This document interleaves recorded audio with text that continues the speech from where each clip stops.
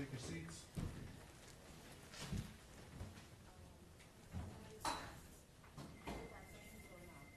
Leave your stuff.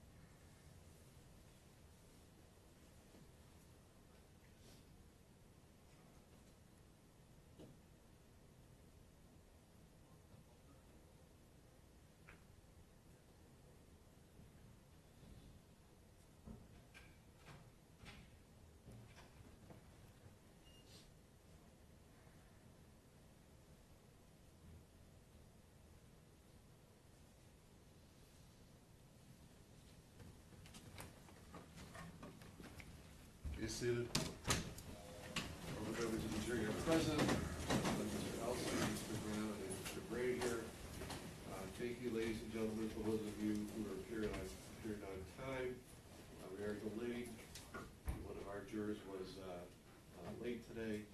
As indicated yesterday, it's important for everybody to appear on time so we can keep this trial moving on schedule. I will do my best to do that, but it requires everybody's cooperation.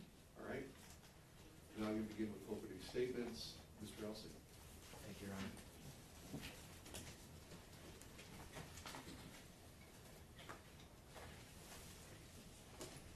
Good morning, ladies and gentlemen. This case is about a young woman named Zion Foster. She was 17 years old back in January of 2022 when she disappeared and was never seen or heard from again.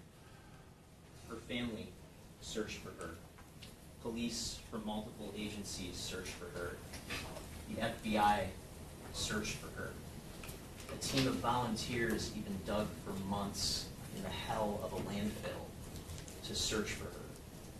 But Zion is gone forever. Her body was never even found. And you will hear that on the very last night of Zion's life, she made a mistake. She placed her trust in the defendant, her step-cousin, who is by all accounts her favorite cousin. But you will see that there was something off about their relationship. In text messages that were unearthed in one of Zion's old phones, you will see that they communicated with each other continuously. When the defendant was 23 years old, Zion was 17 years old. They exchanged a lot of text messages that were sexualized, where the defendant shared vivid and graphic details about his sex life with his 17 or 16-year-old cousin. You will see through these messages that he moved closer and closer into her life, and that on January 4th of 2022, he took things a step further. Late that night, he brought Zion over to his house. They were alone. Just the defendant's two young children were asleep upstairs. Zion left the defendant's house that night in the trunk of his car, and he threw her body away in a dumpster like she was a piece of garbage. Now, there are only two people who can say exactly what happened inside of the house that night. One of them is Zion, and she is gone. The other is the defendant, and you will hear that nearly every time he spoke about what happened, his story changed. And although he got rid of Zion's body, you will see that he left behind a trail of digital evidence that is damning and will show you that the circumstances all lead to one and only one explanation for why Zion left his house in the trunk of his car that night, and that's because he murdered her. Now, I want to walk you through everything that you're going to see and hear throughout this case, but first I want to ask you a favor. because Zion's body was never recovered, this is a case that required a massive investigation. And it's going to require a very meticulous and very detailed presentation over the next couple of weeks to show you the evidence that there is in this case. And so I want to ask you for your patience throughout this process. This case takes us back again to the night of January 4th of 2022. You're going to hear that that night, Zion left her home in East Point. Those closest to her, including her mother and her boyfriend, had the understanding that she was going out that night with the defendant, her cousin. And you're going to see that Zion's last communication with anyone was very early the next morning on January 5th, at about 12:59 a.m., when she texted her boyfriend that she was on her way home. But she never came home that night. She never came home the next morning. Her mother became worried. Her boyfriend became worried. Worry turned to panic. And with the understanding that Zion was last with the defendant, naturally, they turned to him to ask where she was. And you will hear that the defendant denied that he had been with her that night. He claimed that he had no idea where she was. But you're going to hear that Zion's boyfriend, a young man named Vertez Gonzalez, was perhaps a bit jealous that Zion had been hanging out with her older cousin that night, her older step-cousin. And you're going to hear that Zion had location sharing enabled on her phone with her boyfriend. And you're going to see that on Zion's last night, at 11:24 p.m., Vertez Gonzalez took a screenshot of Zion's phone's location, and it showed that her phone was right near the defendant's house on Greenfield Road in Detroit at 11:24 p.m. You will see that the defendant claimed, oh, she must have been down the street, or perhaps she was using his house as an alibi, he claimed. Now, eventually, the police became involved. And this started as a missing persons investigation. And the investigation started in East Point, where Zion lived, where she was reported as missing. And you're going to hear that her family quickly became frustrated with the progress in the investigation because Zion had run away a couple of times before. And the police knew that. And she had always come back home. And they were frustrated that the investigation wasn't being taken seriously enough. Eventually, the Detroit Police Department became involved. So did the Michigan State Police and the FBI. And you will see ultimately that these agencies collectively unturned every stone that they reasonably could to find Zion throughout this investigation. Now, one of the first things that happened when this was still a missing persons investigation was on January 6th of 2022, the day after Zion was reported missing. And you're going to see that when this was still a missing persons investigation at that time, 2 Detroit police officers knocked on the defendant's door, and they asked him about Zion's whereabouts. This was a friendly encounter because it was still just a missing persons investigation. And you're going to see this encounter was recorded on those officers' body-worn camera.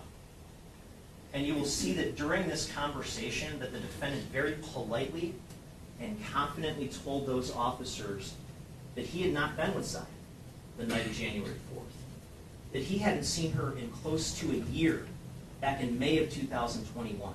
And you will hear him exploit the fact that she had run away previously. He's telling those officers she had run away and she was always at some dude's house, he said. Now, eventually the police obtained phone records from both the defendant's phone and from Zion's phone. You see, these phones that we carry around with us on a daily basis, they're constantly interacting with cell towers. And our providers like AT&T or T-Mobile, they keep records of that data. And that data can give investigators a pretty good idea, not a perfect idea, but a pretty good idea of where our phones have been at specific times. And you will see when those records were mapped out, they tell a story. And that story starts at about 10 p.m. the night of January 4th. At around that time, you will see that the defendant's phone was consistent with being in the area of his house on the west side of Detroit on Greenfield Road. At around that same time, at 10:20, Zion's phone was consistent with being on the other side of town, in the area of her house in East Point. At that point, the defendant's phone follows a very clear trajectory. It goes from the area of his house on the west side of Detroit, directly east, to an area in Hazel Park where his girlfriend worked. She worked midnights, and you're going to hear her tell you that he dropped her off that night.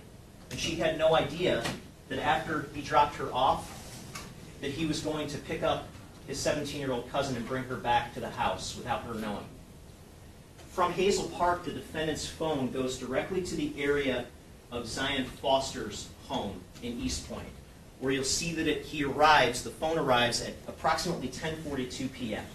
And sure enough, you will see ring video footage from across the street from Zion's home, shows that at that time, at around 10:42, a white sedan pulls up near her house. And you're going to hear that the defendant drove a white sedan at that time, a white Acura. Now from there, the defendant's phone followed another clear trajectory. It went from the area of Zion's home back directly west to the area around his home, where he arrived at 11:15. And by 11:15 p.m., you will see that both the defendant's phone and Zion's phone are consistent with being in the same area around the area of the defendant's home. And at that time, at 11:15, you will see that surveillance video from across the street from the defendant's home shows a white sedan in the defendant's driveway, and two people get out of the white sedan and approach the defendant's front door. Now, at 1:15 a.m., just less than 2 hours after Zion arrived at the defendant's home, her phone dropped from the cellular network. It means all of the activity ceased. It's like the phone just vanished. Shortly after that, at 1:41 a.m., you're going to see on that video from across the street of the defendant's house that white sedan pulls out of the driveway and then oddly backs all the way into the driveway. It backs all the way to the tail end of the driveway, pretty much away from the view of the street, and it stays there for a few minutes. And then you're going to see, a few minutes later, one person, and one person alone, comes out of the front door, walks over to that car, a light briefly turns on in the car, and the car pulls away from the defendant's house.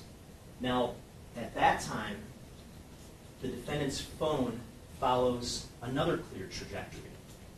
Starting at 1:48 a.m., the phone leaves the area of the defendant's house, and it goes down to a very specific parking lot in Highland Park, Michigan. And the phone stays there for about 7 minutes. 7 minutes, and then the phone is consistent with going straight back to the defendant's house, where at 2:15 a.m. you'll see that white sedan pull up on video again. Now that parking lot in Highland Park, where the defendant's phone is consistent with going to and staying for a few minutes in the middle of the night shortly after Zion Foster's phone dropped from the network, that parking lot is pretty much empty, except for one distinctive characteristic. It has several large dumpsters in it. Dumpsters large enough to fit human remains, and you will in fact hear that the defendant ultimately confessed that he put Zion's body into one of those dumpsters that night.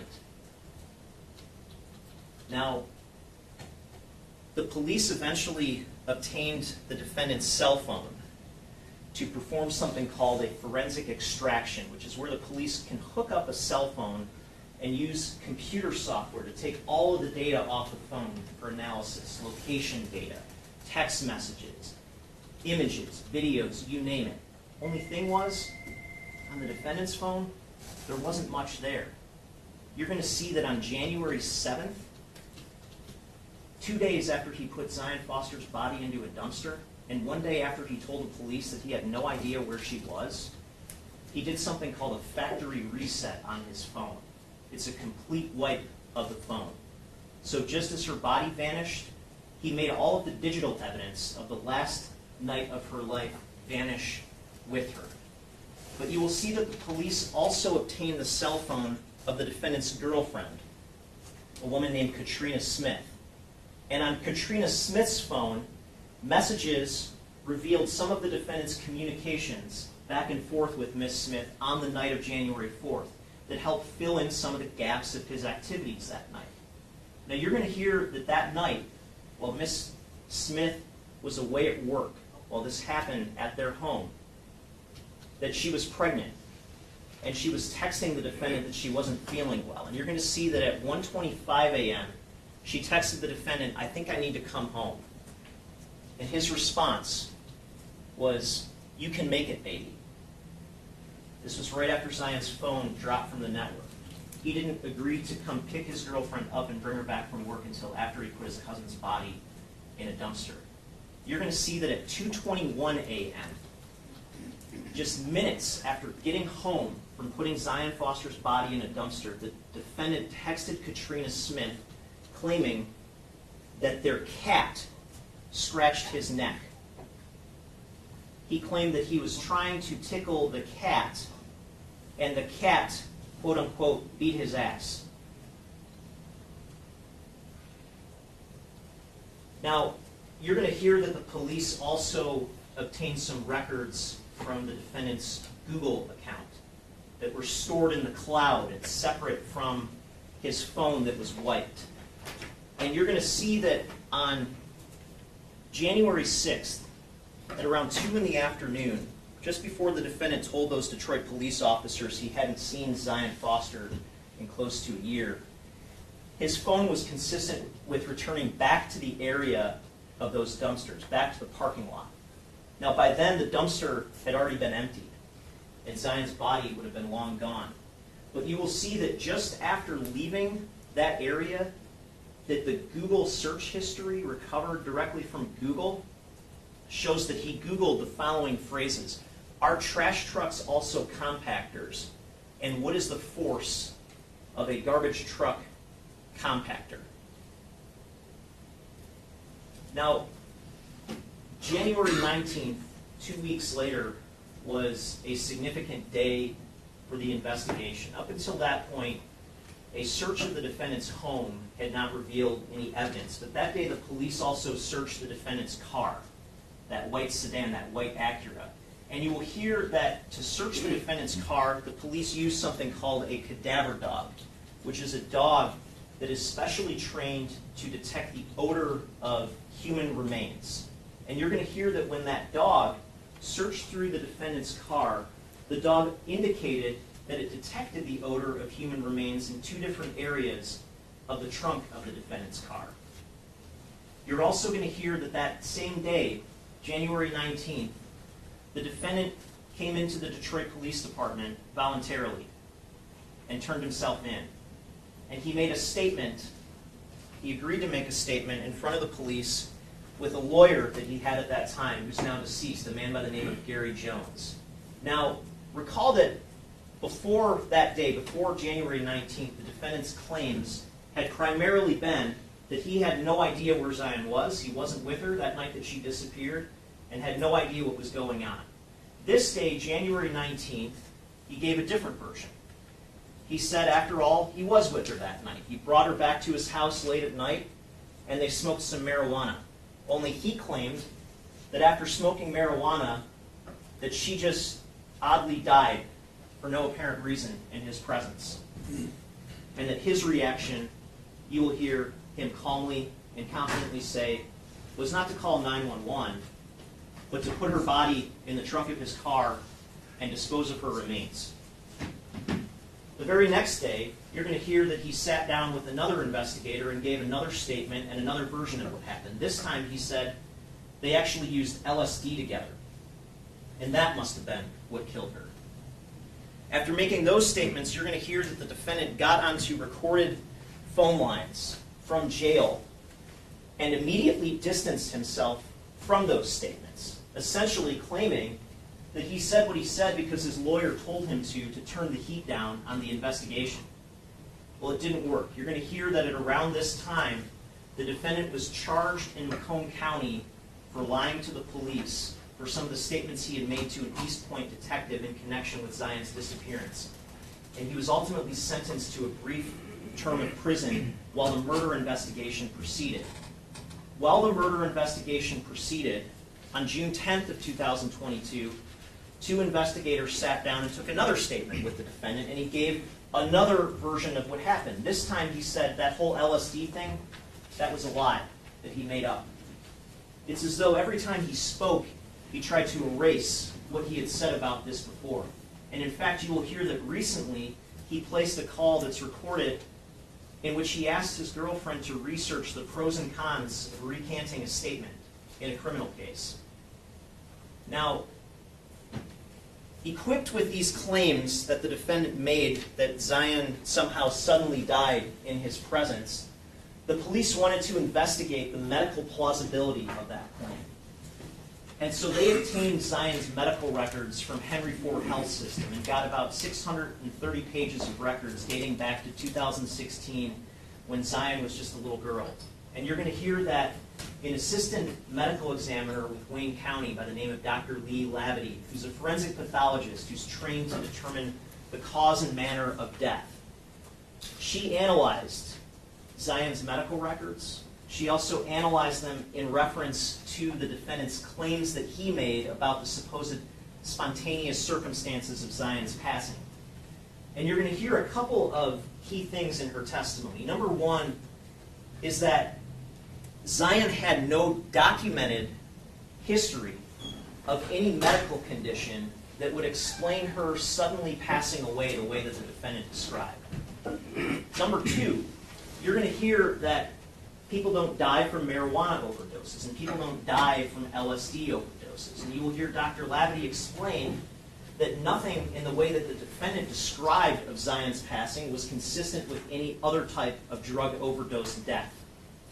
Number three, you're going to hear that Zion's boyfriend, Bertez Gonzalez, will tell you that at one point he saw Zion have what he understood was a brief seizure, where he describes that she passed out for a few seconds and then came right back to it.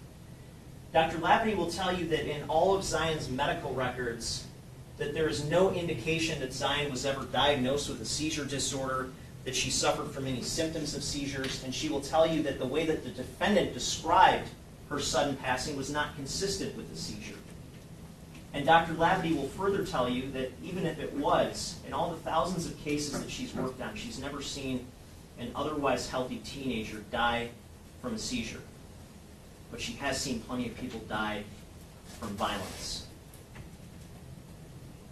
And the bottom line is that she will opine that there is no medical plausibility to the description that the defendant gave of how Zion supposedly died in his presence without any intervention on his part.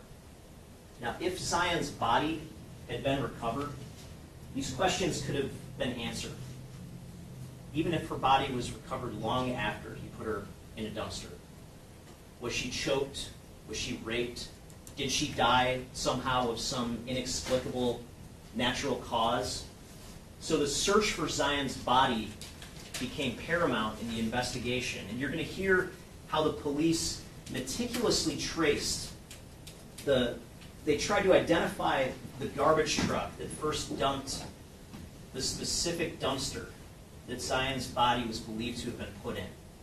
They traced that truck using video to something called a transfer station, where garbage is briefly dumped before being compiled and hauled off to a landfill.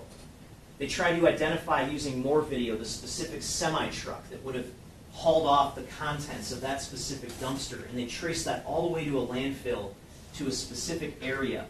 And you're going to hear that a team of volunteers dug in that area. They dug for months and months and months trying to find Zion's remains. Unfortunately, they didn't find her. You're going to hear that this was publicly reported. The media covered this landfill search that was going on. And while this landfill search was winding down in the fall of 2022, you're going to see that while the defendant was finishing up his prison term at that time for the Macomb County case, that he had a flurry of communications with his girlfriend, Katrina Smith. Some of those communications were over a recorded phone line from the prison. Some of those communications were over a phone that he had hidden in his prison cell that he was using to text his girlfriend with. And you're going to see not once in those communications does the defendant express hope that Zion's body is recovered by the police.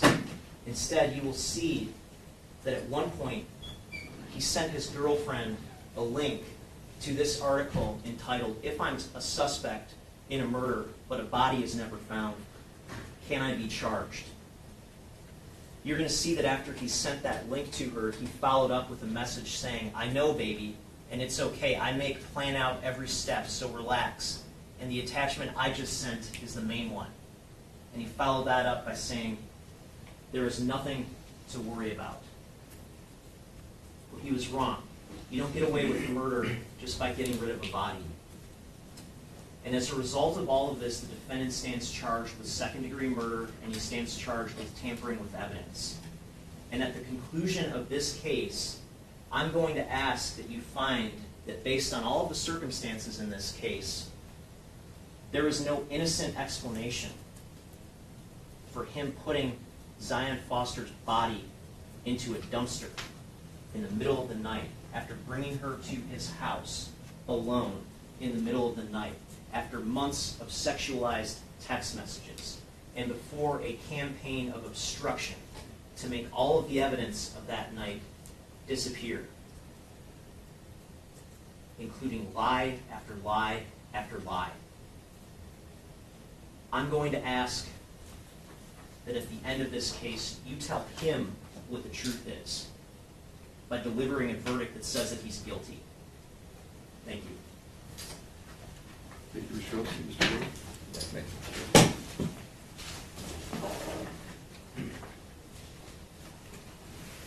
you. Good morning, ladies and gentlemen. My theory of the case is quite different. My reviewing of the evidence is quite different than Mr. Elsie. Now, he just has a theory. My theory is that this is a case of fear and bad decisions. My client and Zion Foster were favorite cousins. You would hear that from multiple people, that they were favorite cousins. They hung out a lot. Zion would come over to the house, babysit the children that Mr. Brazier has with his child's mother. You're also going to hear that Zion had a history of depression. She threatened to kill herself at least one time. She also had a history of seizures and taking seizure medication. Now, on this particular day, she came over to Jaylin's house. They were smoking. Jaylin told the police after some time that she had shallow breathing and a faint heartbeat. He checked her to see if she was alive, and she was dead. He then feared, because he was doing drugs, which is still federally illegal, that he could be blamed for something, and he panicked. Her family was threatening Jaylin and his family, his mother. So he was scared. He had to move his children from the house because there was multiple threats on the house and the family members. Other family members who knew nothing about this were being threatened. He then secured their safety, turned himself in to the police, had to secure a lawyer at that particular time, and he told the police what happened. He told them that he picked her up, they were doing drugs, she passed out, he checked for vital signs, and there was none, and he panicked. He then made a bad decision after that. Now, the prosecutor wants you to believe that there was some sexually charged messages prior to this incident. Absolutely not. There was a communication where Zion had asked Jaylin, "Hey, what you're doing?" And he made a comment saying, "I'm over here getting head or oral sex from this girl. She doesn't know what she's doing." And that just substantiates the relationship that Zion and Jaylin had, where they could talk about multiple things. They could talk about each another's relationship. It was nothing sexual that was aimed towards Zion, say, hey, I want you to come over and finish this, or I want you to come over and do A, B, and C. Nothing of the sort. Nothing at all. They were very close.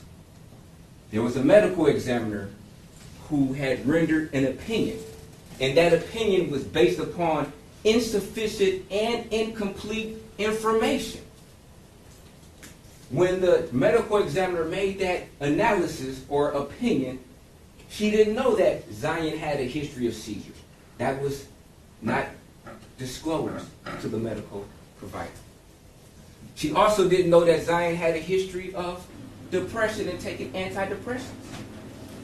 Now, when she was confronted with this information, the medical examiner admitted that had she known this information prior, her analysis would be different. Her opinion would be different, because it is very possible that a person who has a history of seizures, who's epileptic, could die suddenly. Especially if they don't take medicine, then that could basically make the problem a lot worse. And some of the symptoms she described of reading that Jaylin told the police, from her own words, was consistent with somebody who's close to death. The shallow breathing and the faint heartbeat, in her opinion, was somebody close to death. And that's what had happened.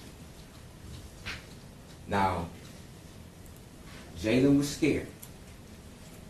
He might have not made the right decision, but at the end of the day, that does not make him a murderer.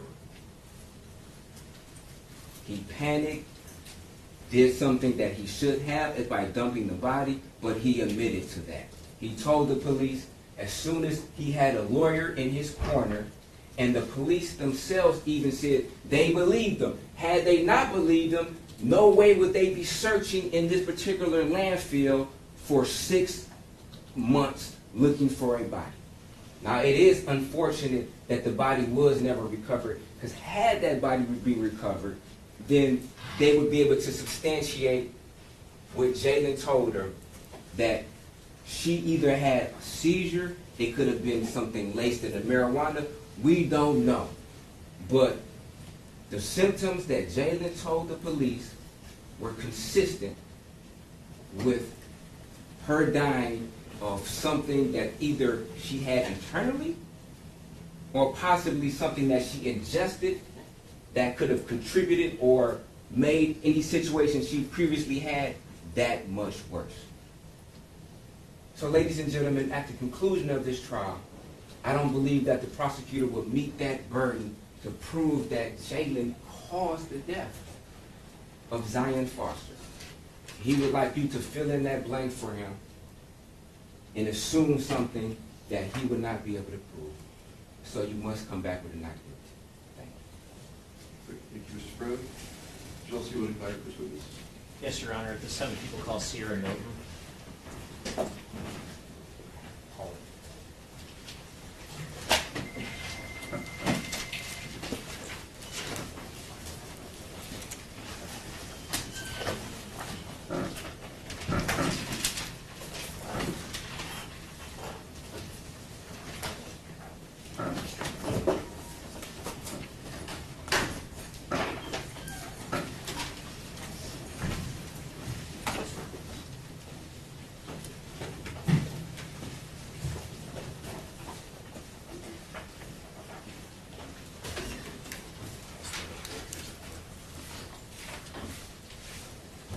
Please raise your right hand. Do you solemnly swear or affirm that the testimony that you are about to give before this court today will be the truth, the whole truth, and nothing but the truth? Thank you. Please take your seat before the stand. Good morning. Good morning. Good morning. Ma'am, you're going to be asked a series of questions. Please wait till each question is fully asked before you respond. We'll let one person talking at a time. Please try to let our natural tendency for nonverbal answers, such as shrugs of the shoulder, nods of the head, as well as fingers close don't translate into the record. If there's an objection, please stop talking until it's resolved. Please keep your voice up, and if you would, please state your name and spell. My name is Sierra Milton, Ciera M as in Mary, ILTON as in Nancy. Thank you. Go ahead, Mr. Wilson. Thank you, Your Honor. Good morning, Ms. Milton. Do you know somebody by the name of Zion Foster? Absolutely. And what was your relationship with Zion? It's my oldest. It's my baby. And when was she born? November 20th, 2004. And when was the last time that you saw Zion alive? January 4th, 2022. How old was she at that time? She had just turned 17. I'm holding what's been marked as People's Proposed Exhibit 1. Your Honor, may I approach the witness? Yes. Ma'am, does People's Proposed Exhibit 1, is that a photo of Zion? Yes. And does that fairly and accurately depict what she looked like? Yes. Thank you. Your Honor, I move to admit Proposed Exhibit 1 No objection. All right, submitted? and have published. Yes.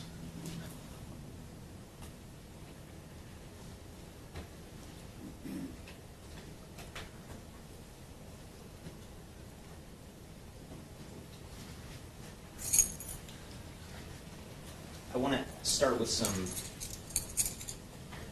background questions. You said the last time you saw Zion was January 4th, 2022, correct? Yes. When was the last time you had any sort of communication with her? Text messages, phone calls, was it that same day? It was that night, January the 5th, 12:59 a.m. Okay. And at around that time, where did you live? In East Point, And what was your address at that time? 22166 Melrose Court. And did Zion live with you at that time? Yes. Was Zion in school at that time? Yes. Where did she go to school?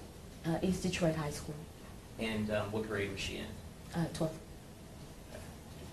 And did Zion have her own cell phone? She did. And do you recall what her number was at that time? 313-913-5931. Okay. And at some point after Zion went missing, did you provide that phone number to the police? Yes. Did Zion have a bank account that she used? Yes. And what bank did she have an account with? Navy Federal Credit Union. And did you also provide that information to the police at some point? Yes. Did Zion have social media like Instagram? Yes. And do you know what her Instagram username was? I love Ra. It's IILOVE.RA. Okay. And did you provide that information to the police as well? Yes. And did Zion also have an email address that she used? Yes. And do you remember what it was? Rachel Zion 04@gmail. Okay. And did you give that over to the police too? Yes.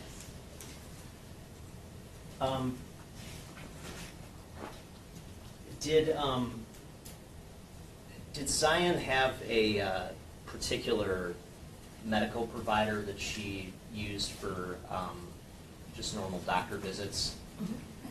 And My previous employer, Henry Ford. Henry Ford, okay. Yes. And did she see any other providers other than Henry Ford? Maybe Beaumont. And how long ago would she have seen Beaumont? A long time ago. Probably before she was 10. I'm not certain. Okay, but anything from, you'd say, age 10 onward would be Henry Ford? I believe so, yes, sir. Okay. And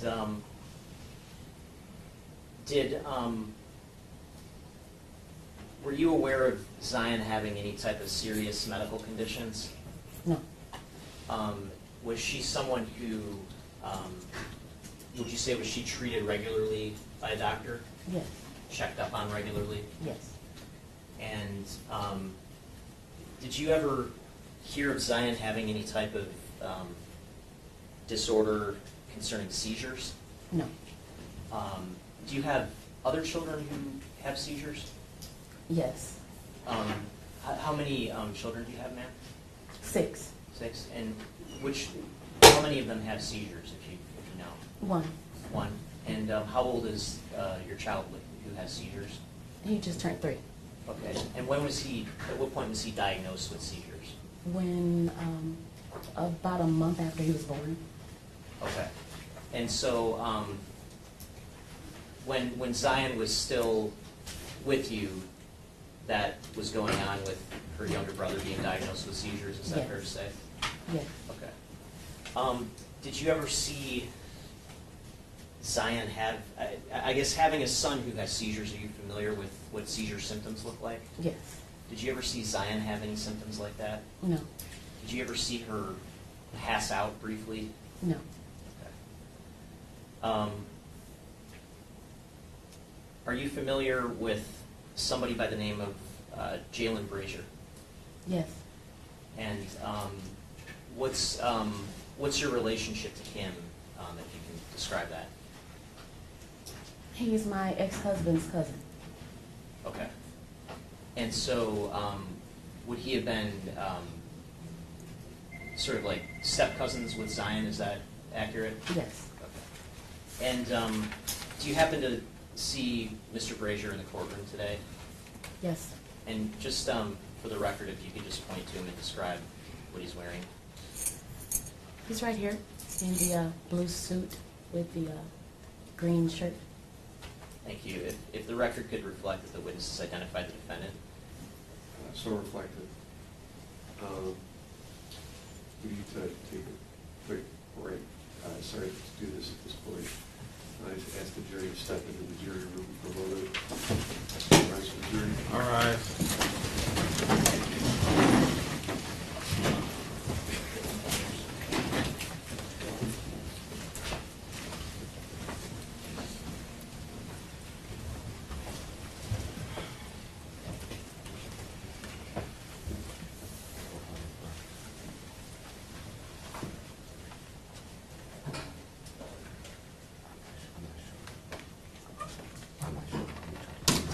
Counsel, can you please approach? Yes.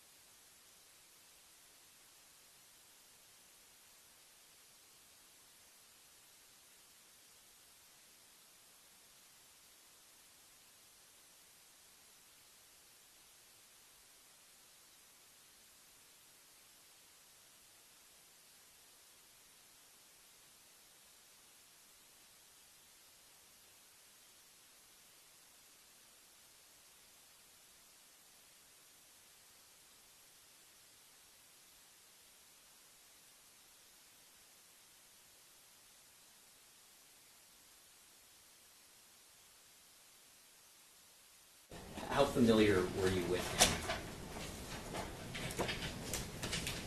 Enough to trust that my daughter could go. Okay. And had he, to your knowledge, had he socialized with Zion before the night of January 4th of 2022? Absolutely. Okay. And did you have any sort of concerns about him or about their relationship? No. Do you know how close Zion was with the defendant? Can you ask that in a different way? Do you know how often the two of them hung out? No, I don't know how often. Okay. Do you know, how often would you say that you saw the defendant before all this happened? Since we had just moved there, I want to say maybe 2 or 3 times that I had seen him within that 6-month period, maybe. Okay. Mm. And do you recall what the defendant's phone number was back in January of 2022? No, I'm sorry. Not offhand. No, not offhand. Do you recall where the defendant lived at that time? Yes. And where was that he lived? 19451 Greenfield. And is that in Detroit? Yes. Okay. Do you know who the defendant's girlfriend was at the time? Katrina? Katrina, do you know her full name? No. Okay. Did you know her well, or did you associate with her well? No. And did Zion have a boyfriend at the time that she disappeared? Yes. And what was her boyfriend's name? Vertez Gonzalez. And do you remember how long Vertez and Zion had been dating? Probably around 1 year to 2 years. Okay. Mm-hmm.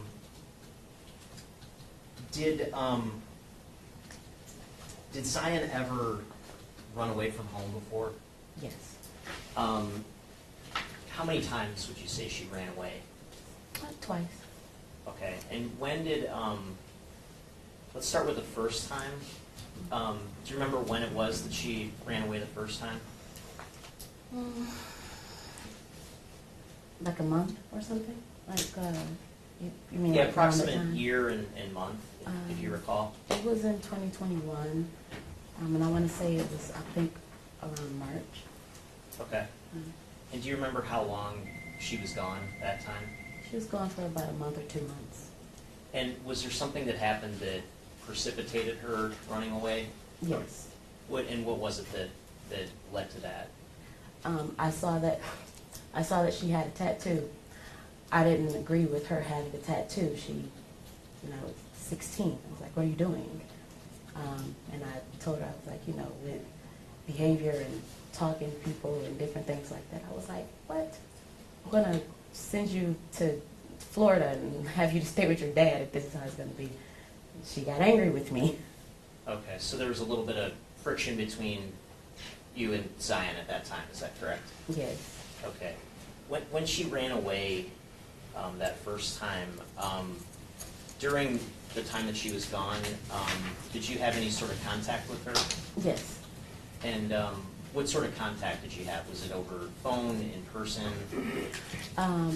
It was both. Both. Okay. Yeah. And did you, I guess during that time that she first ran away, did you have an understanding of where she was? Yes. She wasn't staying at your home though, is that correct? Correct. Where was she, if you know?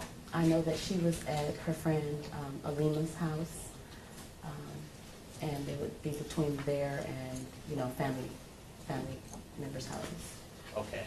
And during that sort of first runaway incident, did you go to the police at any point to report that she had run away? Yes, at the very beginning. Okay. How about this? You said there was a second time too? Yes. And do you recall about how long after the first time did the second time happen? When she came back home, I want to say maybe it was about a week. It didn't, it was almost immediately, because I just wouldn't have certain things happening. Okay. And so was there sort of anything else specific that led to her running away that second time? Yes, the house that I had was pretty big. She wanted to have her own space, and specifically, she wanted to smoke weed. I was like, no, you don't need to smoke weed. But you know, you can't control kids and know where they are all of the time. Okay. And the second time that she ran away, approximately how long was she away? Probably about a week or two. And during that time, did you have any sort of communications with her? Yes.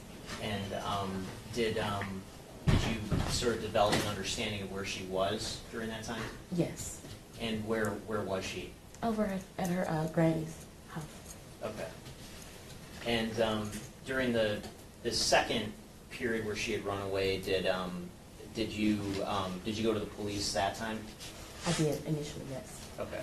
And the two times that you went to the police about her running away, which police department was it that you went to? East Point. Okay.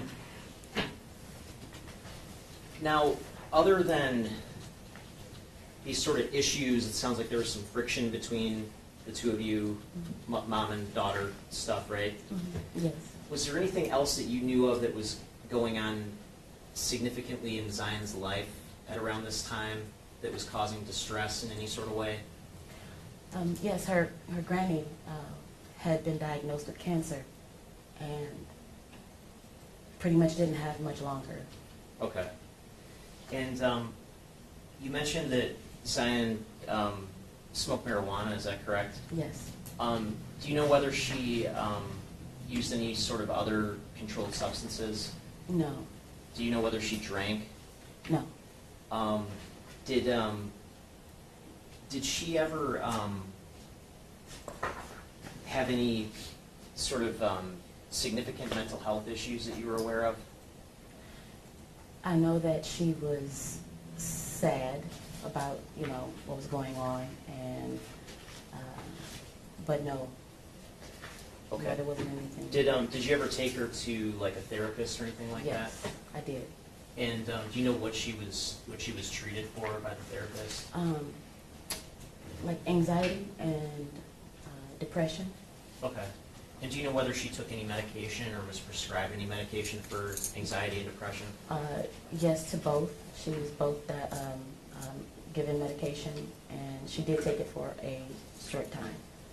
Okay. And did she ever, that you're aware of, did she ever try to kill herself or anything like that? Was there any self-harm issues No. with Zion? Did she ever talk about doing harm to herself? No.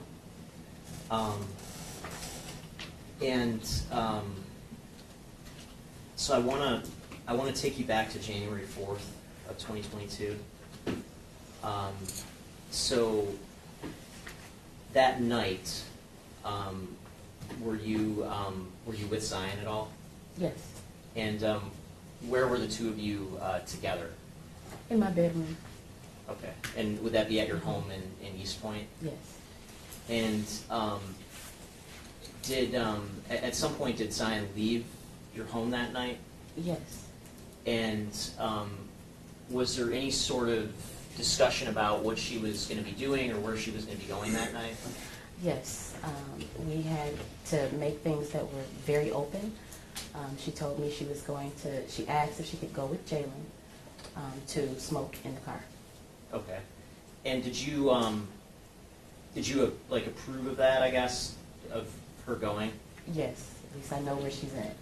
And what I'm getting a sense maybe it was like sort of a reluctant approval. Yes. Okay. Do you remember approximately what time she left that night? 10:40, 10:50, something like that. Around, it was closer to 11. Okay. Mm-hmm. And Now, had the defendant come by to pick her up before this, to go out with her? Yes. Okay. Was there anything different about, I mean, let me, I guess, backtrack. Previous times when the defendant came to pick up Zion, would you have interaction with the defendant directly? Yes. And can you, I guess, describe what that interaction was like? There was a time he was in my driveway, and she let me know he was here. And I came out, and we were like, oh my God, hi. You know, hadn't seen each other in a while. And, you know, a hug and a little bit of chatter, you know, and that was it. Okay. And how about on the night of January 4th? Did you have any interaction with the defendant directly? No. Was there anything strange about that? Yes. What was strange? There was no interaction, and where he drove and how he pulled in and everything else. Normally he would pull into the driveway. This time he did not. And now, the following morning, let me ask you this. Did you go to bed at a certain point that night? I was almost asleep around that time, yes. Okay. And so at the time that you went to bed, was Zion, was she not home at that time? Yes. Okay. When you woke up the next morning, was she home at that point? No. Have you heard from her at all since then? Any text messages? Are you aware of any social media activity on her part? No. You haven't seen her? No. Are you aware of anyone else having contact with her No. since that point? So, is there a point at which you started to become worried? Absolutely. When did you start to become worried? When Vertez contacted me, and he hadn't heard from her either. Okay. Panic took over, and then it got worse when I got a phone call from Jaylin. Okay.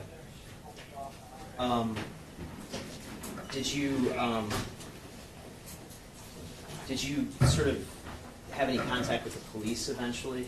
Yes. And which department did you go to at first? East Point. And what sort of interactions did you have with East Point, if you recall? I went in and I told them that my daughter was missing.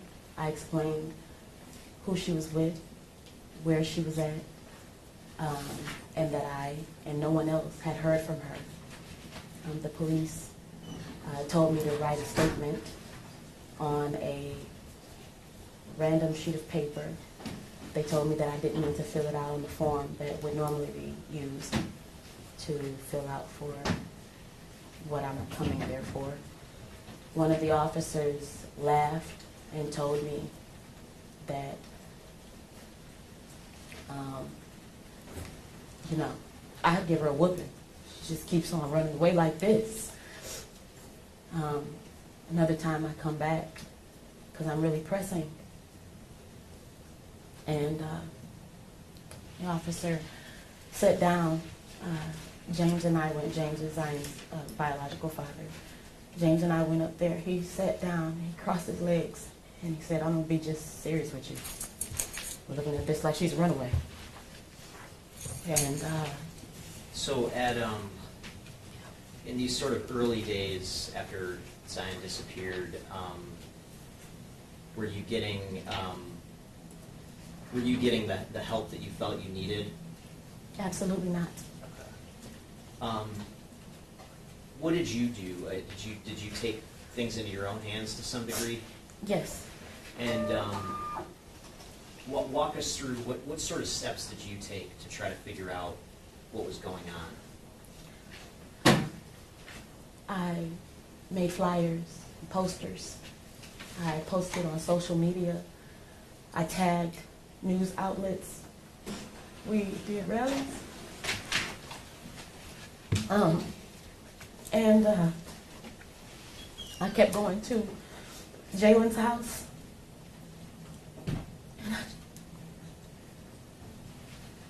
To get any information. He invited me over to take a look at his Ring camera footage.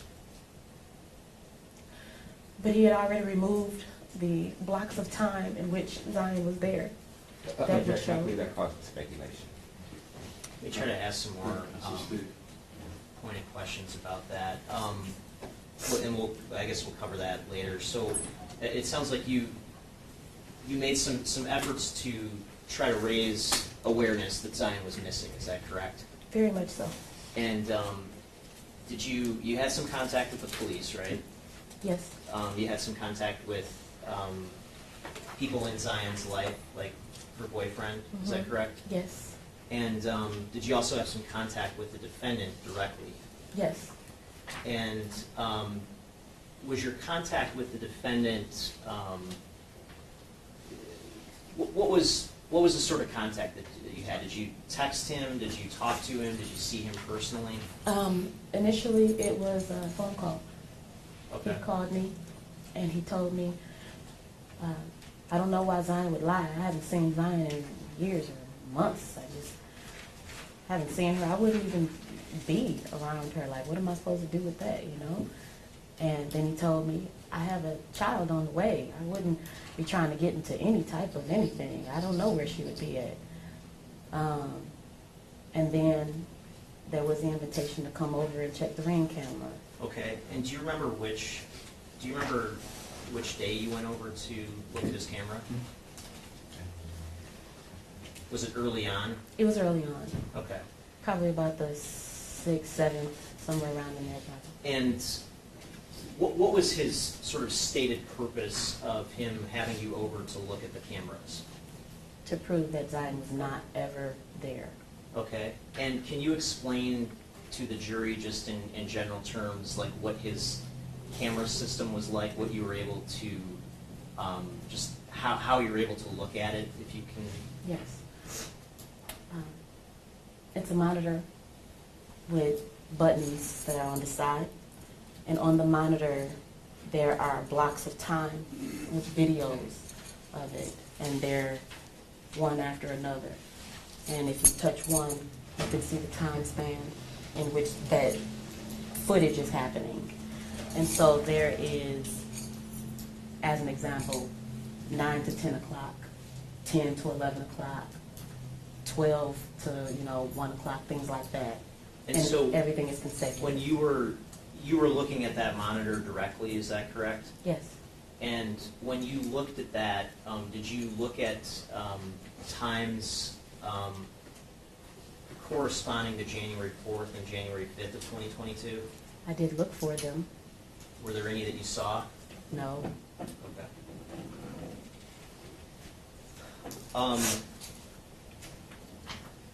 While this was all going on, were people from the community trying to bring information to you too? Yes. And can you just discuss kind of what that looked like, what was going on with that? There was a neighbor across the street from Jaylin, and she had footage from her security camera, and she brought the footage over to me for me to see. And was this when you were at the defendant's house? Yes. At one point, you had some interaction with the neighbor? Yes. And did you look at the footage that she had directly? Yes. And did that footage appear to show images of the defendant's house Yes. from across the street? Yes. And did you obtain that footage directly from that neighbor? Yes. And did you ultimately also provide that footage to the police? Yes. Okay, and I'm holding what's been marked as people's proposed exhibit 21. It's a disc. Did we review that video earlier? Yes. And is that video still in substantially the same condition it was in when you obtained it directly from the neighbor? Yes. And is it your understanding that video is on this disc that's marked proposed exhibit 21? Yes. I move to admit proposed exhibit 21, Your Honor. I would object, if this is a, I guess, camera that was provided to her, she's not in a position to testify to the authenticity of the date or this particular video of what it purports to be that it is. So I believe she's the wrong witness to authenticate this particular video. Any response? I think there's sufficient evidence to establish that the exhibit is what it purports to be, that this is video that comes from across the street of the defendant's house. I am But calling... then she obtained it from the owner of the... She obtained it from the owner of the house. I am planning on calling the homeowner on Friday for further authentication if it's needed. It's a... Thank you, Your Honor. And did you also come into possession of some video from across the street of your house? Yes. And how did you come into possession of that video? I went to the neighbor across the street from where I live, and she invited me in, and she showed me her camera. Okay, and was that like a Ring camera? Yes. And did you ultimately come into possession of like actual like digital copies of that video? Yes. She sent me the link. And was that link directly from Ring? Yes. And to download the actual digital versions of the video? Yes. And did you review that video? Yes. And in that video, does that show your house on it? Yes. And would that be from the night of January 4th Yes. of 2022? And did we also review that video together? Yes. And is it your understanding that that video is on this disc that's been marked as proposed exhibit 22? Yes. And again, is that video in substantially the same condition it was in when you downloaded it directly from Ring? Yes. Thank you. I'd move to admit proposed exhibit 22, Your Honor. Similar objection, I believe she's the right witness to authenticate that this particular video came from a particular date. She may be able to testify that it shows her house, but she's not in a position to authenticate that the date that this video actually purports it came from is actually accurate. I think there's been sufficient authenticity. But that's exhibit number... 22, Your Honor. Okay. Other than getting these videos from these other folks, was there anybody out there trying to take advantage of the situation that you had to experience? Yes. And help explain what was going on with that, just in general terms, if you can. I received tons of phone calls from people who wanted to tell me that they... Objection to whatever these people told them not to be hearsay, Your Honor. None of this is being offered to prove the truth of the matter asserted. This is specific to like fraudsters trying to exploit the situation, which is part of the process that she was dealing with while all this was going on. All right. Overall. So let me ask you this way: were people claiming to have information about Zion's whereabouts, Yes. and were they asking for something in return? Yes. Can you just, I guess, briefly describe what, how this sort of process played out for you? Threats, they wanted money. They wanted money. They wanted me to give them money for information without proof that my daughter was with them or that she was alive. Okay. And in response to receiving some of these threats or some of this information, did you take that to the police? Yes.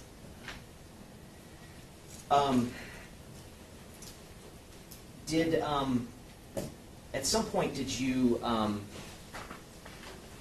whether Zion had more than one phone? Yes. I'm holding what's been marked as proposed exhibit 85. Your Honor, may I approach the witness? Yes.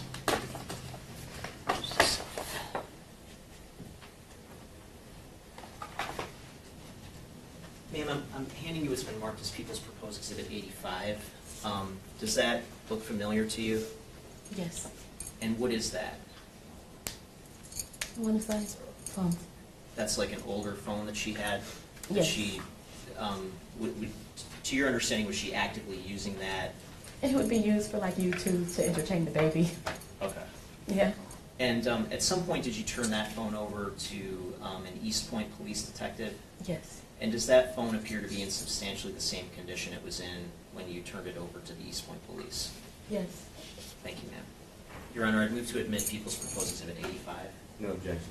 Granted, submitted.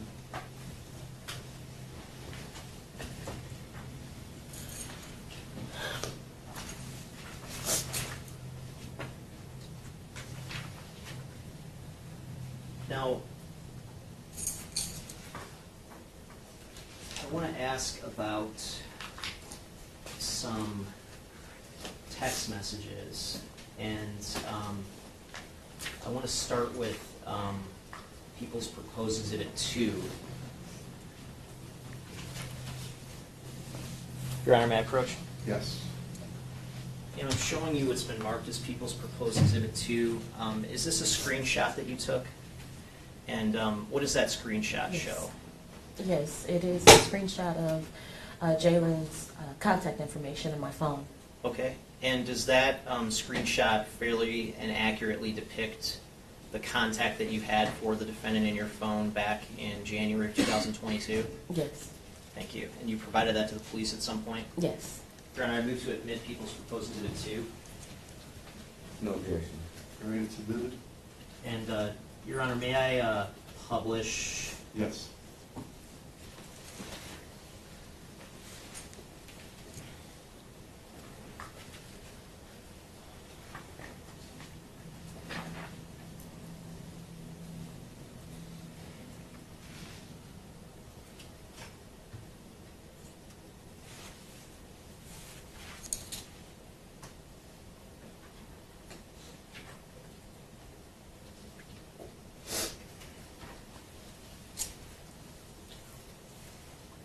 And Ms. Milton, just for the record, what was the number that you had for the defendant in your phone at that time?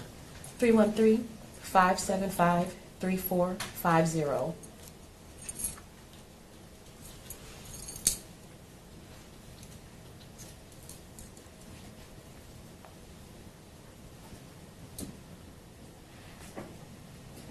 Okay, and what's shown on the screen here, is that just a duplicate of what you're holding in your hand that's marked as Exhibit 2?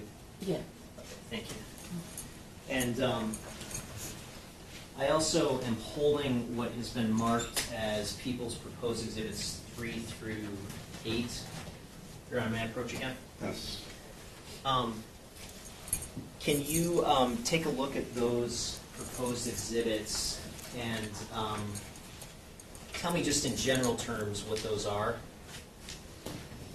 Text messages between Jaylin and I. Okay, and are those, all of those exhibits, are those screenshots that you took from your phone? Yes. And are those screenshots fair and accurate depictions of the text messages that you had with the defendant back in January of 2022? Yes. And at some point, did you provide all of those images to the police?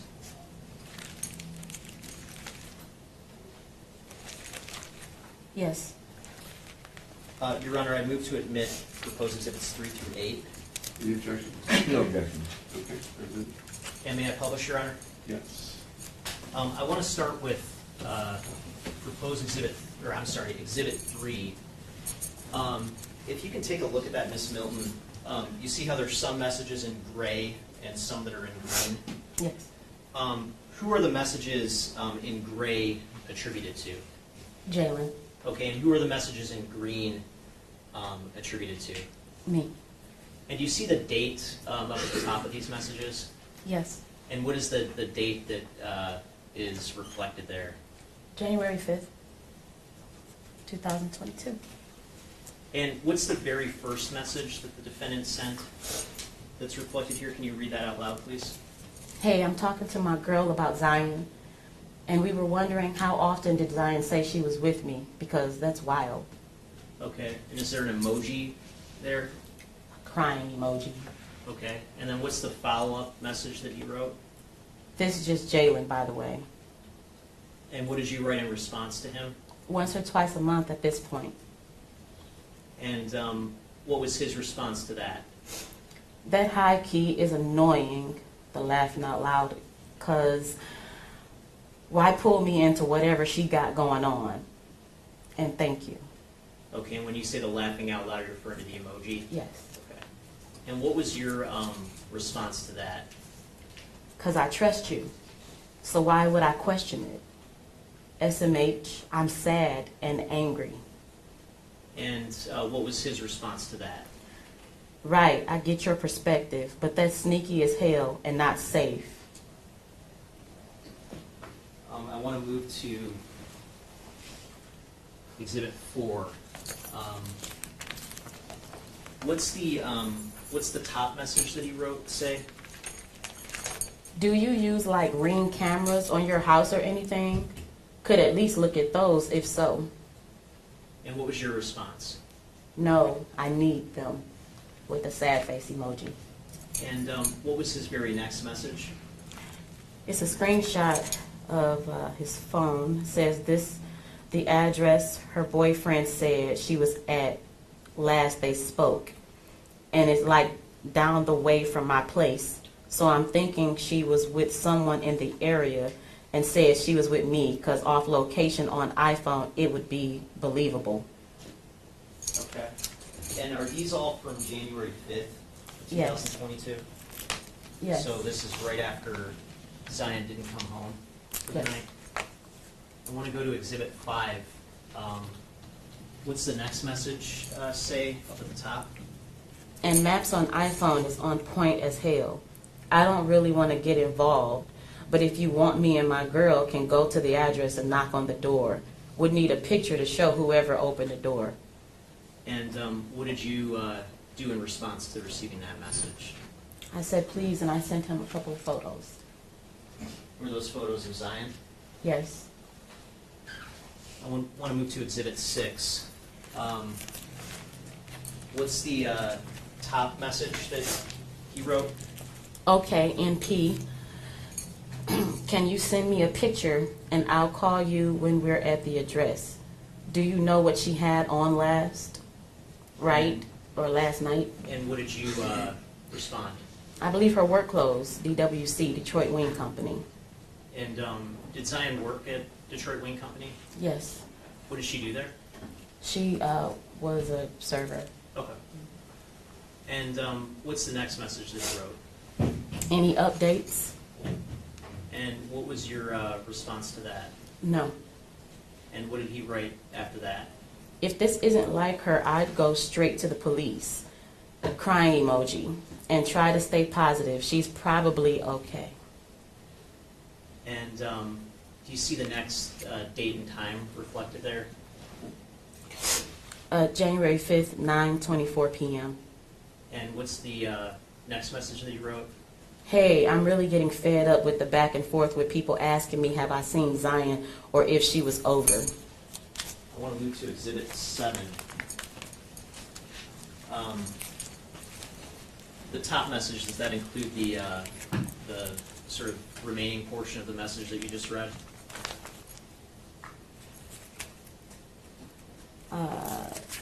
Coming from Exhibit 6, it says, I'm telling you respectfully as my auntie that you at any point can come over. We have cameras too, so that you can see with your own eyes that this girl was not over here. And what was the next message that he sent?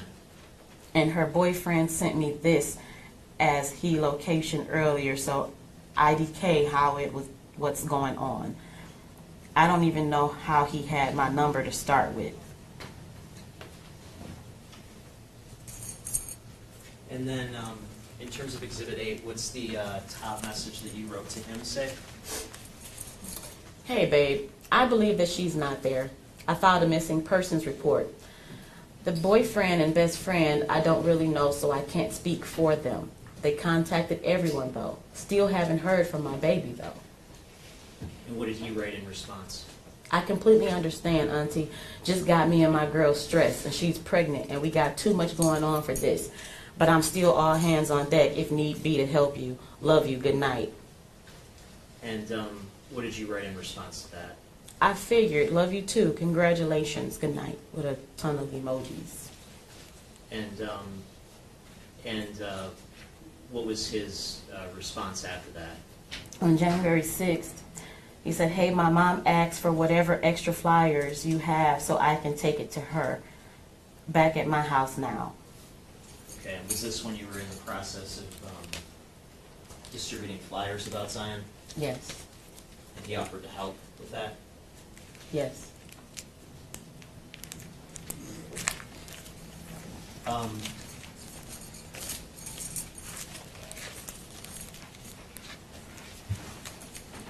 At some point, did the police ask you to look through some photos to see if you recognize any of Zion's belongings in those photos? Yes. And did you recognize anything? No. Okay. And do you know, did Zion have her nails done? Yes. What were her nails like at around the time that you last saw her? They're long and pink, and these are in the picture that was on Exhibit 5. That's how her nails were. Okay. So it would be, we can, so that top photo would Mhm. show? Okay. Yes. Now, at some point, did you go to a court proceeding in Macomb County Circuit Court? Yes. And was that a sentencing hearing? Yes. And did you hear the defendant speak at that hearing? Yes. And did you hear him say something different from what he had been telling you in these text messages? Yes. And to your recollection, what did you hear him say? He said that they were smoking together, and that he looks over and she was just dead. And then he says he panicked.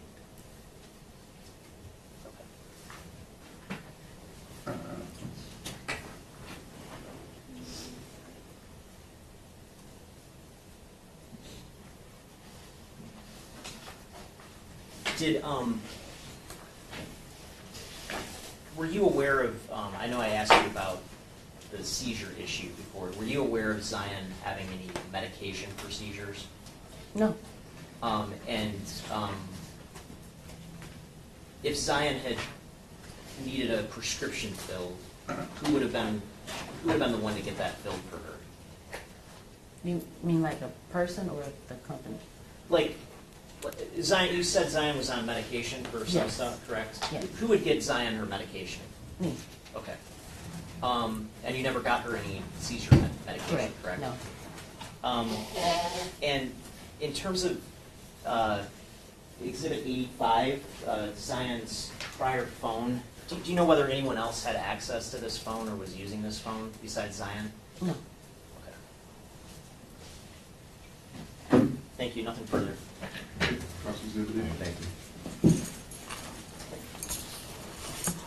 Good morning. Morning. Now,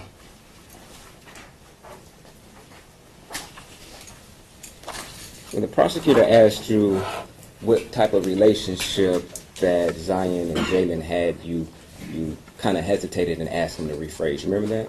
Yes. Okay. But isn't it true that Zion, and you knew that Zion referred to Jaylin as her favorite cousin, correct? Yes. Okay. So you do know the relationship, the extent of the relationship, correct? Yes. Okay. Now, you indicated that you don't remember, you don't know if she had any seizures, correct? Or to your knowledge, she didn't have seizures, correct? Correct. Okay. But you do remember her being on antidepressants, at least now, correct? Correct? Yes. Okay. Because remember at the preliminary examination, you were asked this very specific question, whether or not she saw a psychiatrist, and you stated you didn't remember. Remember that? Yes. Okay. And you said you couldn't remember whether or not she took antidepressants. You remember that? No. You don't remember saying that? You don't remember? No. Okay. But you do admit that you said you didn't remember whether or not she saw a psychiatrist, correct? I remember being asked a ton of questions by you. Okay. But I don't remember all of the answers. So you don't remember it. So are you denying that you said you don't remember whether or not she was seeing a psychiatrist? No, I'm not denying it. Okay. Now, did you speak with the prosecutor prior to today's testimony? Did they indicate that you needed to be truthful, correct?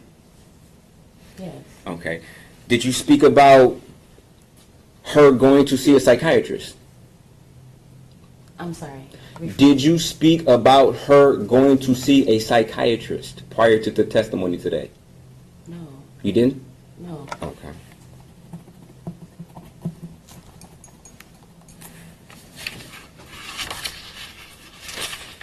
Now, she had a history of leaving the house, correct? She did it at least 2 times, correct? Yes. Okay. And you guys were having some issues, correct? Yes. Okay.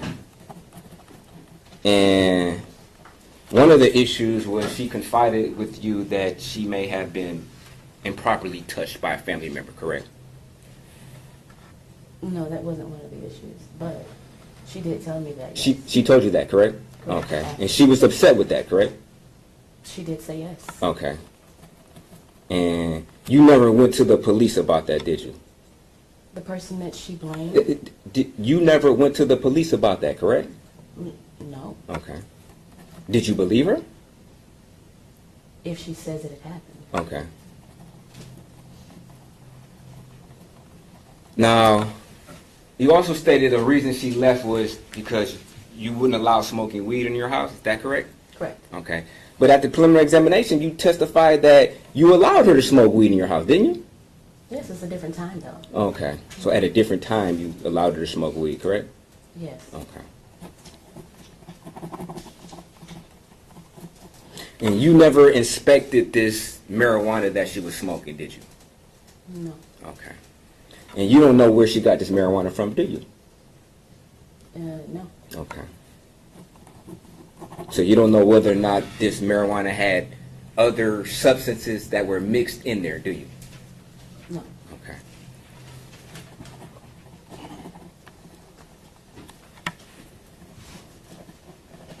Now, one of the times you stated that she went away from the house, she was with her friend Alima? Yes. Okay. And how long was she over there for? Probably about a week to 2. I said a week. A month to 2 months. Okay. And would you classify Alima as her best friend? One of them. One of them? Okay. How many best friends did she have? There was 2. Okay. Do you know the other friend's name? Yes. Okay. What is it? Asia.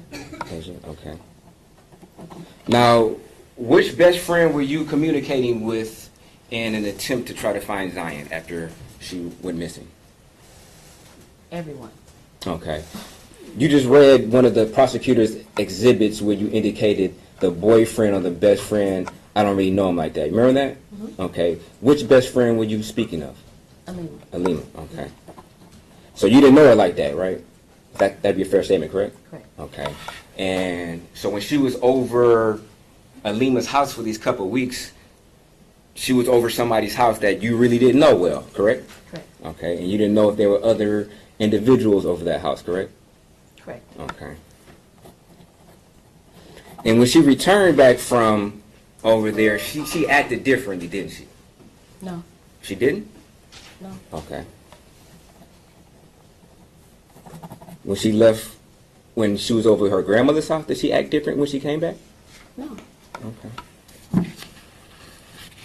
You don't remember testifying at a preliminary examination stating that when she got back from being away from your house, she cried a lot? Her grandmother was dying. So she's acting differently, correct? But you didn't state that at the preliminary examination that her grandmother was dying, did you? Did you? I don't know. Okay. You didn't. That'd be a fair statement. Would you disagree with that? I could not say yes or no because I don't Okay. know if that was even brought up. I don't think I was actually given the chance to say.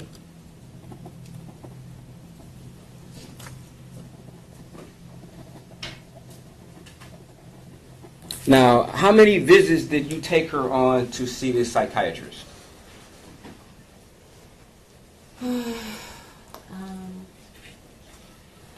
It's like maybe one, Okay. maybe twice. And she was prescribed medication for that, correct? Yes. Okay. And you don't know whether or not she was taking her proper dosages, correct? Oh, no, I do. Oh, you do? Yes. Did you administer it to her? No, I watched her.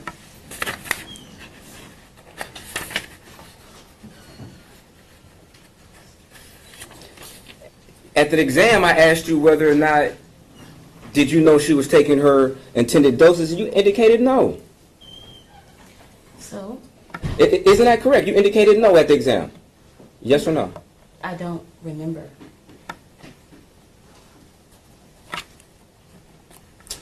Page 61, line 4.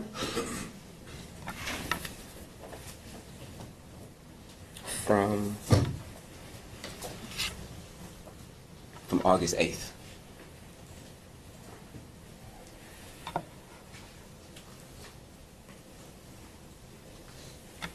Question, and you don't know if she was abusing these medications, correct? Answer, no response. Using over the required dosage? Answer, no. Question, okay, because you wouldn't supervise her when she took these medications, correct? No. You wouldn't administer them to her, correct? Correct. Right, I wouldn't administer them to her. Nor were you supervising her, correct? I would see her take her medication. Do I know what the medication label says is what you're supposed to take? I do Okay. not recall. At the preliminary examination, you admitted that you did not supervise her take her medication, correct? Sure. And now you're stating that you supervised her while she took her medication. You would agree that this is different statements at different times, correct? You would agree that those are two different statements, correct? Yes. And you would agree that they both cannot be true, correct? Yes. Okay. And you would agree that when you testified on the preliminary examination, it was closer in time to when she would have been taking this medication than today is, correct? Mm-hmm. Okay. Yes. And you would agree that it would be a fair statement that your memory would have been better at the time of this exam than it is today, correct? Correct? No. Oh, so your memory gets better with time? Is that what you're saying? No. I'm saying that I remember. Oh, you said you remember now differently than you remember then. Is that what you're saying? Perhaps I misunderstood your question then. It was a very simple question. Do you understand the question? Because you weren't supervising her when she took these medications, correct? Do you understand that question? Yes or no? Do you understand No. that? Oh, you don't understand that question? No. Okay. You wouldn't administer them to her, correct? Do you understand that question? Yes. Okay. And you answered, no, you didn't. So you're saying you didn't understand when the question was asked whether or not you supervised her when she took these medications. Is that what you're saying? You didn't understand it? I understand. You understand it? Okay. And it was the truth when you said it, correct? It's the truth now. Oh, it's the truth now, but you put your hand up and you swore to tell the truth at that particular preliminary examination, correct? Yes. Okay. And you didn't ask or make a statement stating that, oh, I'm sorry, could you rephrase the question? You didn't say that, did you? Did you? No, you didn't. Right? Correct? Not sure. Oh, you I know didn't. I had to do it a few times with you. I apologize. Okay. I'm talking about this particular line of questioning. You never expressed any type of confusion or ambiguity in understanding my question, did you? At that time, I suppose not. Okay.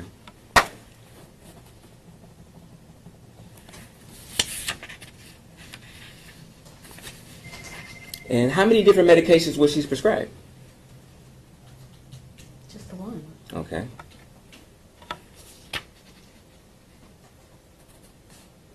You don't remember indicating that she was prescribed 2 or 3? Like the vitamins? Or that I antidepressants? asked about?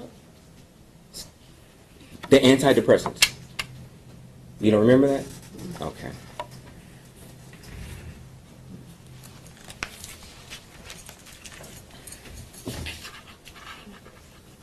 And she had at that particular time she had suicidal thoughts, correct? Correct? I don't recall. You don't recall? Okay. You don't remember stating at the preliminary examination that she had suicidal thoughts? Page 60, line 1. Question, suicidal thoughts. Answer, no. Question, you sure? Answer, so, question, be honest, you're under oath. Answer, I remember, I wouldn't lie about it, I'm trying to remember. So yes, she went to the therapy for depression, but you're not allowed to be in the room, so I don't know what was talked about. So, The question was about suicidal thoughts, and you said, yes. That was one of the reasons why you took it to the psychiatrist, correct? Objection, that's a mischaracterization of the transcript. Right, just state. That was one of the reasons why you took her to see a psychiatrist, correct? that's not what you just read. That's not my question. My question is, that was one of the reasons why you took her to the psychiatrist, correct? No. Okay. So, you're telling me that you had no idea that Zion expressed any type of suicidal thoughts or statements. Is that what you're saying? I'm saying to you that I took her because she was depressed. That's not my question, ma'am.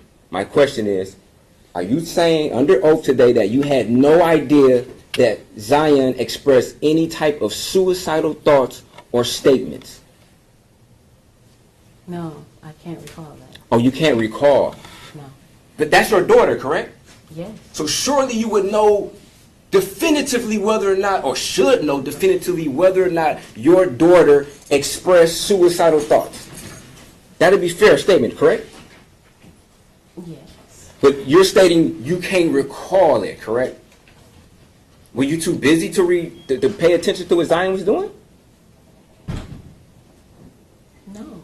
Okay. But you just don't recall. You're not denying it. You just, I don't remember whether or not she said these things or expressed these type of feelings, correct?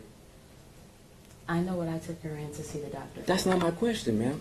My question is, you don't remember whether or not she expressed these thoughts or statements. Objection asked and answered. Objection calls for speculation. That's to say at this point. I don't think it calls for speculation. I mean, she can testify whether or not she remembers or not. Okay. He's asking whether she knows whether her daughter had certain thoughts. That's Right. categorically calling for speculation. No, I asked her whether or not she expressed them to her, not whether or not she had them. Okay, why don't you ask that question? Okay. So, Ms. Milton, No. you're, excuse me? The answer is no. Let me ask the question first.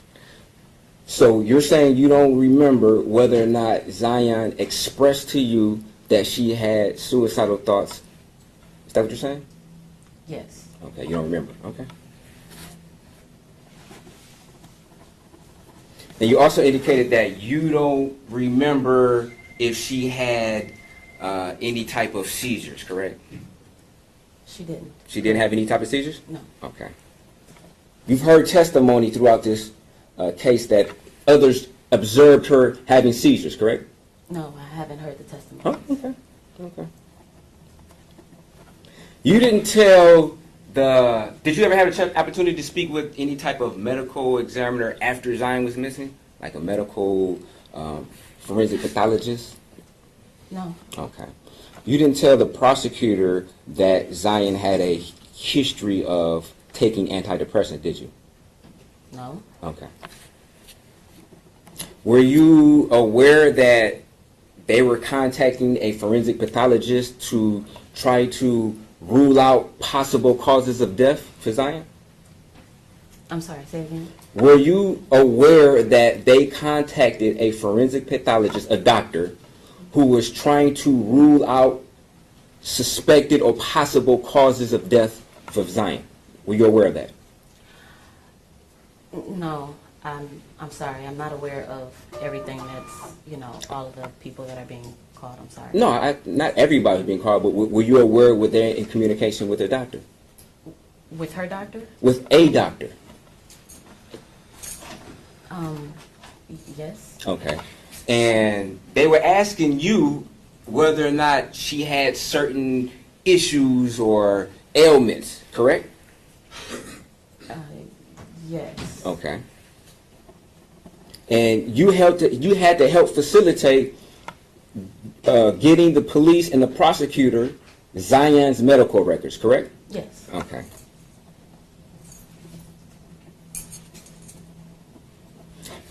And then at no point in time did you indicate that, hey, these records are incomplete. She has antidepressants that she was taking. You never indicated that, did you? Judge, objection. First of all, I mean, can we approach? Sure.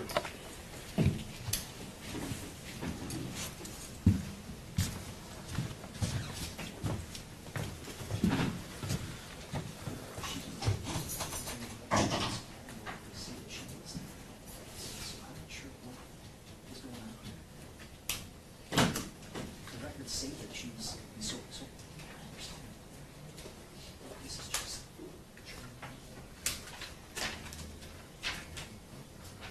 You're asking a question you know it's.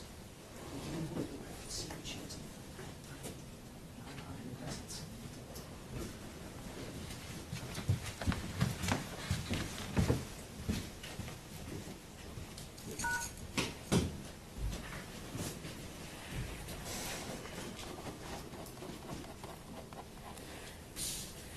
Now, Zion would get picked up from your house by other males other than her boyfriend, correct? At certain times, correct? Yes. Okay. And do you know whether or not these other males were providing any type of substances to her? No. You don't know that? Okay.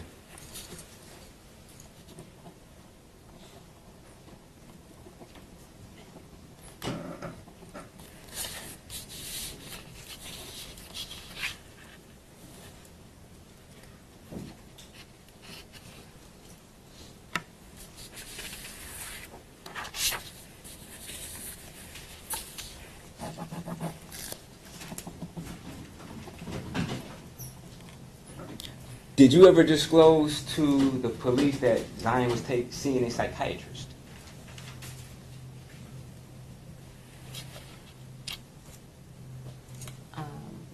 I'm not sure if I did or didn't. Okay.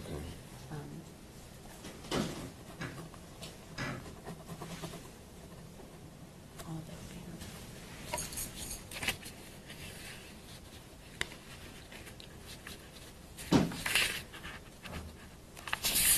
And Zion told you about side effects about this antidepressants, correct? Yes. You were aware of that she said it didn't make her feel good, correct? Right. Okay. Did you ever tell her to stop taking them? Her doctor actually told her to stop if they didn't feel good. Okay, but you're saying that was said before. Okay. But I'm asking, after Zion told you, after taking these pills, that she was feeling bad, did you then tell her to stop taking them at that point? Yes. Did you? Okay.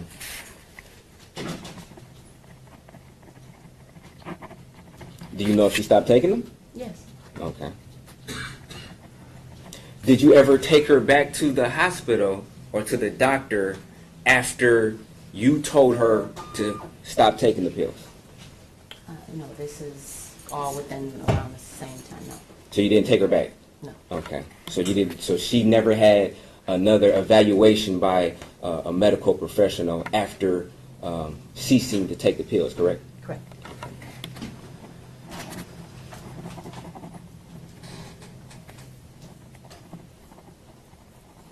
And after stopping taking the pills, she had different mood changes, correct?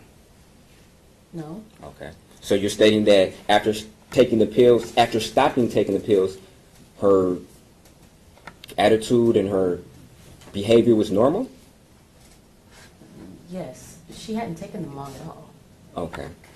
But at some point in time before she took the pills, you felt that you needed to take her to a medical provider in order to have her evaluated, correct? Yes. Something was going on differently with her, correct? Yes. Okay. So are you saying that after she stopped taking the pills, did she go back to her pre-behavior or taking the pill behavior, such as right before you took her, or did she go back just to being normal Zion?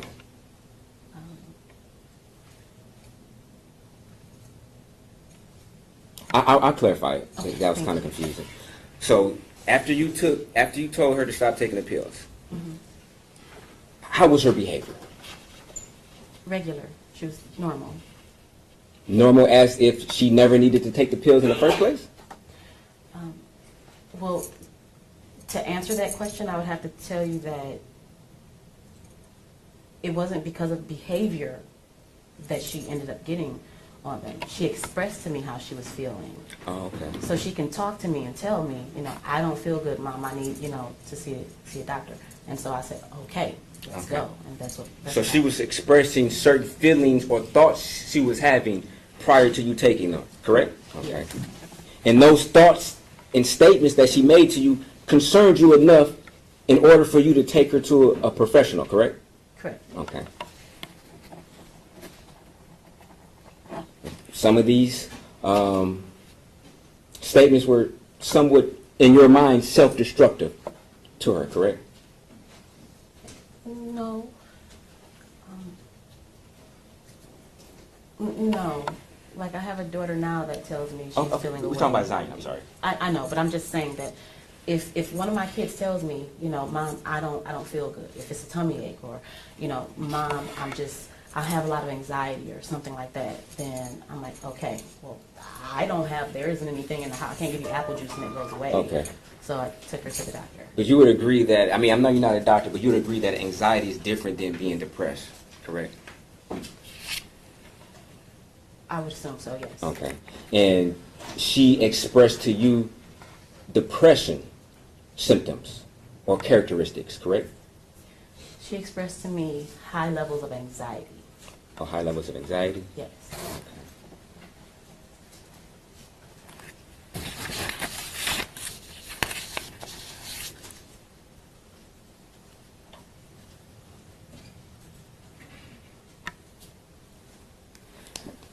But she went to therapy for depression, not anxiety, correct? So it's kind of twofold, You testified at preliminary examination that she went to see this professional for depression, though, correct? Well, yes. Okay. You didn't clarify or state that she went there for anxiety, correct? I apologize. At that time, I didn't know that I could express as much as I'm expressing right now. Okay, but if you're asked the question why she went and your answer was for depression, that's something you said, correct? Yes. Okay. And before you answered that question, you had an opportunity to think about the answer before you said it, correct? Yes. Okay. And that's the answer you gave, correct? Yes. And it was truthful when you gave it, correct? Yes. Okay. So now you're saying you didn't mean that? No. No, you didn't mean it, or no, you're not saying that? I'm sorry, I'm confused. No, I'm not saying that. So she went to just to be clear, she went to this medical professional for depression, correct? Yes. Okay. And she was provided antidepressants because of depression, correct? Yes.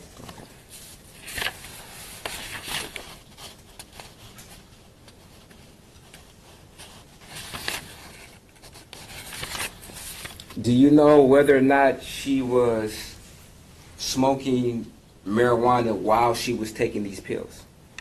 I don't know.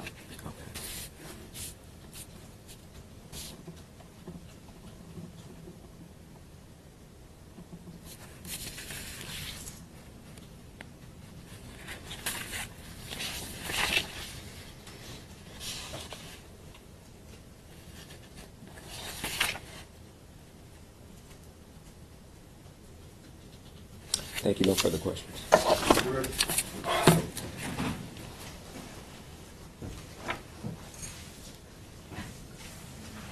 There's nothing further, Your Honor. Please questions from the jury? I've written your question down on the sheet and folded it and pass it to the deputy, please. Counsel, if you could please first.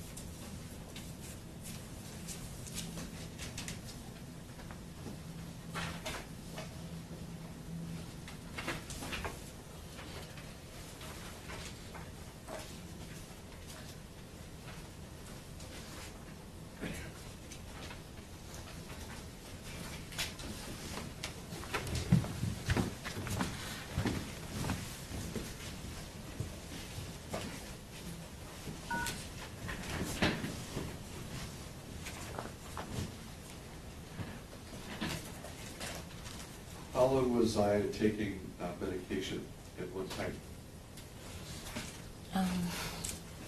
I believe that it was Zoloft, and she only took it for a couple of weeks. Did she stop suddenly? Yes.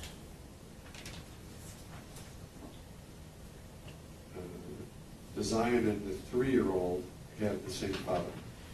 No. Is there any seizure history? No.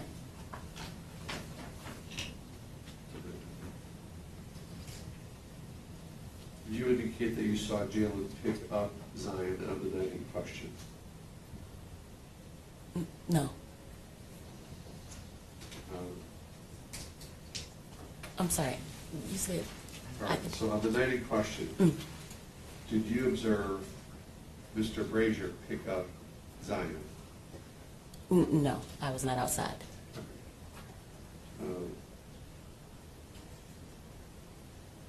And again, did Zion receive meds for anxiety and depression? The Zoloft was supposed to help with both of those, according to what the doctor told us. Okay.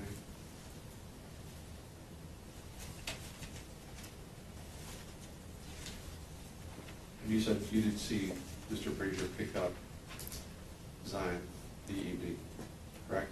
Correct. Yes, I saw it through the camera, not me being outside. Any follow-up questions based on that? Just briefly, Ms. Milton, so back on January 4th, 2022, is it fair to say you had an understanding that the defendant was the one that picked her up based on your discussions with Zion? Yes. Okay.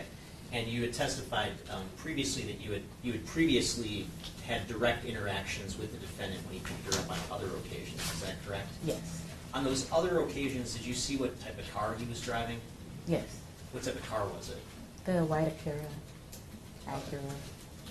And what type of like class of car is that, if you will? Is it a Sedan. sedan? Mm. Thank you. Good. Mr. Burrow, any follow-up questions? Okay, and from the video, you weren't able to ascertain exactly what type of car it was, were you? No. Okay, thank you. No further questions. All right, man, you can step down.